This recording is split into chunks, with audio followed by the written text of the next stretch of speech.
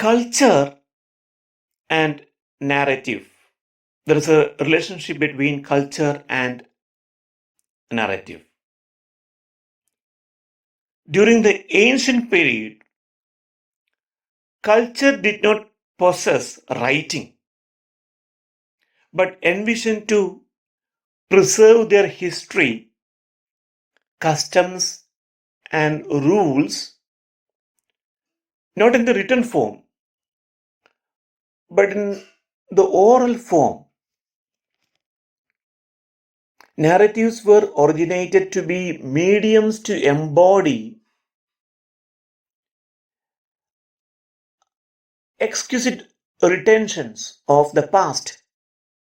We have to retain the past events in our memory.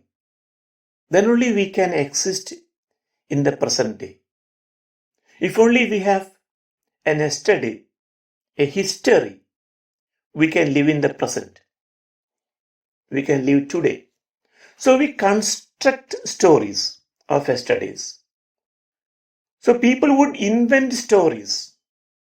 Therefore, narratives become an inevitable element in all cultures, which spoke about the life and existence of human beings within a social framework. All cultures rely on stories of human action in order to store, organize, and communicate knowledge about their ancestors and traditions. Ethnicity of each social group was protected and preserved to be handed down to coming generations in the forms of stories or poems. Oral forms of narrative structure and process to preserve thoughts into permanence. We think that stories once told will be there in the atmosphere. It will be there for all times to come. Myth and narratives. We have Claude Lévi-Strauss speaking about myths in our society. Myths are not individual stories, or rather than treating every myth as an individual story, Lévi-Strauss advocated the strategy of looking deeper into the surface of a myth. This enabled one to identify a similar structure or thread of a story in different narratives. We have Oedipus killing his father as an instance. This can be found the myth of the Sisyphus, for example, or our own local myths. All these myths would be having some kind of a similarity. People of different parts of the world would be telling different stories, but when we come to the fundamental elements of certain myths, we can understand that there are similarities.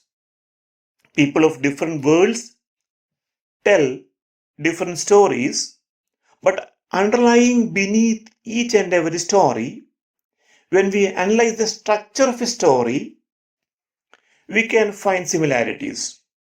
This is what Lévi-Strauss says. He identifies various key events, actions and relationships as the fundamental element of a myth.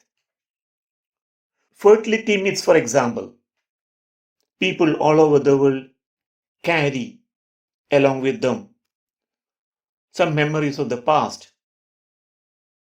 And in most of these stories, we have myths related to fertility, germination of seeds, or birth of children, babes. The fundamental element of a myth can be called as mythemes, M-Y-T-H-E-M-E-S, the basic unit of a myth.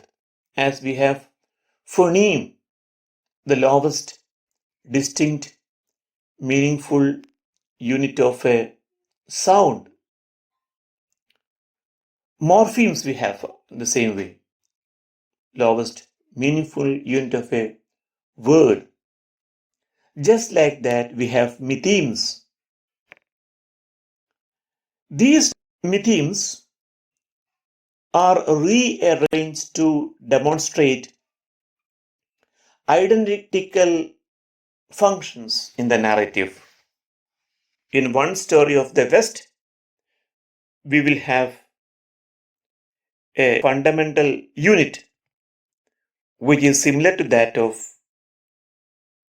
a story unit in our own culture. They all form mythemes or fundamental elements which have similar narrative structure. Now we have narrative and identity. The social circumstances that govern the existence of the self. Who am I? Is a question that we address in our everyday life. So, I will be telling one story for building up my own existence. So, stories would be having multiple manifestations. People or different parts would be constructing different stories. Instead of one story, there are different stories, and there are stories about stories. And we have, for example, Valmiki Ramayana. At the same time, we have hundreds and thousands of varieties of Ramayanas, not only in India, but in different parts of the world. We have A.K. Ramanujan speaking about different types of Ramayanas. Even in Malayalam, we have Mappila Ramayanam. Or we have in Vailar, Sita is considered to be the daughter of Ravana, a different type of Ramayanam story. Adivasis have their own Ramayanas.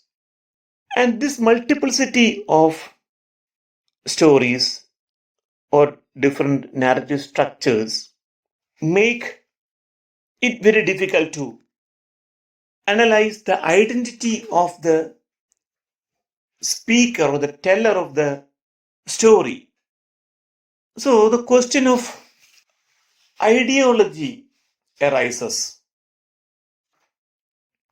See, the order of telling stories, the nature of telling story, who narrates the story. Instead of even asking who am I, the question whose am I would shift our focus from one individual to a group. Our identity is not constructed by our own likes or dislikes. There are so many things that contribute into the making of a story about oneself. Because we live in language, means we live in story, means as stories are built up of language. Language is a very complex phenomenon. It's not as plain as we think. So the rules of the language would be ruling the rules of the story, the rules of the narrative, the rules of the making of ourselves, our identities. So storytelling becomes a very complex issue. It becomes part of a different discourse altogether. Story is not that something that we have studied in our classrooms, in our high schools, or in kindergarten. Stories are constructs. Even history is a story. So we have her stories instead of histories nowadays. Because mostly histories have been written by prominent men. So when women read history, they would never find space in the majoritarian discourse of history. So they would be constructing their own stories. They will be retelling the stories from a different angle altogether. Or every story is a text where we can intervene. We can write a counter text. For Ramayana, we have a Uttara Ramayana. For every story, we have different versions, as we have different Ramayanas in India or elsewhere. Or even in the West, we have different stories about the son killing his father, the Oedipus story. The motif would be repeated in different cultures differently. So, why people find a story attractive is a question that we have to address. What makes the story interesting? Will the same interesting story would be that much interesting to all people at all times? Is another question that we have to address. See, stories are told to control us at times. Bedtime stories would be making children to sleep, or people leaders would tell stories to make people gather around them. Leotard speaks about the etymology, the root meaning of the term narrative. In Greek, gnarus means to know. Narrative is a way to know the world. It's a form of knowledge, and a narrator is one who knows. When ONV says, പേരറിയാത്തൊരു പെൺകിടാവേ നിന്റെ നേരറിയുന്നു ഞാൻ പാടുന്നു. In that poem, the narrator knows the truth about her. The speaker is gendered and he knows the truth about her. നിന്റെ നേരറിയുന്നു ഞാൻ പാടുന്നു, പേരറിയാത്തൊരു പെൺകിടാവേ. But we know now that the agency of the girl is denied. She is not able to speak. Only I am able to speak about her. So, there is gender, there is power at work in the poem of ONV. പേരറിയാത്തൊരു പെൺകിടാവേ നിന്റെ നേരറിയുന്നു ഞാൻ പാടുന്നു. That poem was considered to be a best lyric written by ONV. People used to recite the poem in competitions. Even girls would be presenting the poem of ONV Kurup. But ONV Kurup is not aware of the power structure of the poem that is there in the poem. He is simply ignorant of the whole mechanism of representation of people in his poetry.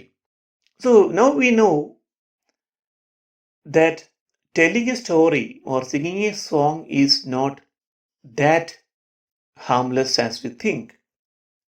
The narrative silences the girl and speaks on behalf of her. When she begins to tell her truth, it will be another story. After some time, people in the margin would come and occupy the center position of telling stories. When they voice their experiences, they would say that the stories told about them were not that accurate, that correct. They are stories thrust upon them, cooked about them, forced upon them. So we have to read in between the lines. We don't read the words printed in a storybook alone. We would look into the gaps as well. MT would be telling about Mahabharata. He was filling the gaps of Vyasa. He had spoken. He has left something unspoken in his narrative. So he wrote Randamuzham from the perspective of Bhima. But when Sarah Joseph reads Indian myths, we have Sarayanam instead of Ramayanam. She has written so many stories based upon Indian myth, Ramayana, from different perspective. So one need not always look, a woman need not always look at the narrative Ramayana from a woman's angle alone. Trees and plants and even animals, they get prominence in the narrative of Sarah Joseph. They are in coalition. Women are in a company with things that are expelled from the center. They are making a union of their own. Man at the center is able to assume power. So MT's Bhima is trying to assert his individuality, his identity through a narrative. He is asserting power. He is trying to assert power. His elder brother Yudhishthira had more power than all the other brothers of Mahabharata. So telling story from a different angle would be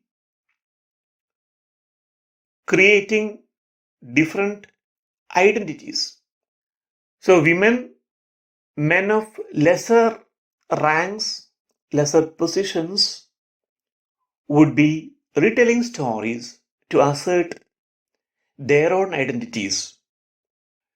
In narration, the storytellers represent conditions for their own benefit and also for the benefit of those hearing or reading. Now, it may be that the narrator deliberately tries to mislead the readers. The author may not be himself or herself. The authors themselves may not be fully aware of the conditions described. Maybe they would be held by the imaginary position in a series of misrecognitions where the question of ideology arises. Readers are also positioned by ideological beliefs so that they read the texts in a way which accords with their own ideological assumptions. We are interpellated. We have Althusser. We are positioned in such a way that we will be able to enter into a story from a subject position that is mostly assigned to us. And when we become aware of all these things, we become liberated. Stories can be seductive, but when we apply these kinds of theories, most modern, postmodern theories or post-structuralist theories, we become liberated. Stories should be there, or it would be there. People will be telling stories, or we have been telling stories. We can't live without stories. Stories are our oxygen. But at the same time, we should put on a mask to stay at home, to stay safe. We need not put on mask. But when we enter into the public realm of literature and language, but the public sphere of stories, there would be people having so many issues. So we have to, as we keep physical distance, we cannot always keep social distance. We need not keep social distance these days. We interact through the multimedia. So many mediations happen in our everyday life. So as we put on a mask, a kind of mask is to be used while speaking, telling stories, or even when we listen to stories, a kind of precaution is to be taken because things are not as simple as they appear. So I'll be telling stories for my purpose, but your purpose will not be served. When I tell stories, I know that I am not a singular entity, I am plural. And also the unconscious of a society would be speaking through me because I am part of a society. The language that I use is not my own. So there are issues that we have to discuss, analyze, and we need not come to a very hasty conclusion regarding stories or narratives or texts, histories, subject positions, etc. We have to look more into the inner networks of a narrative. So, narrative is fundamental, basic, and we can't escape from narratives. It is there everywhere within us, and or we are making narratives. It is not something that is outside us. It is within us. So we have to look into the function of language and also its functioning, its structure, etc. To know about ourselves, stories would tell stories about ourselves, and stories would be interesting to us not because of the content of the story. The ways of telling stories are interesting to us at this particular time of our learning, because stories would be interesting to laymen, children, people in general would be interested in listening to stories. Our interest should never end up with mere consumption of a story from the perspective of an ordinary reader or listener. What makes a story interesting? Who is entitled to tell a story, and who are not made to tell stories? What types of stories are being circulated in plenty nowadays in our market? Why certain stories are not circulated? Who are the potent consumers of stories? What change occur to people who take stories without a pinch of salt? These are questions that we will address here. Telling story is a very complex thing, and telling even lies would be able to bring out some truth about our life. Truth and falsehood are not two different phenomena.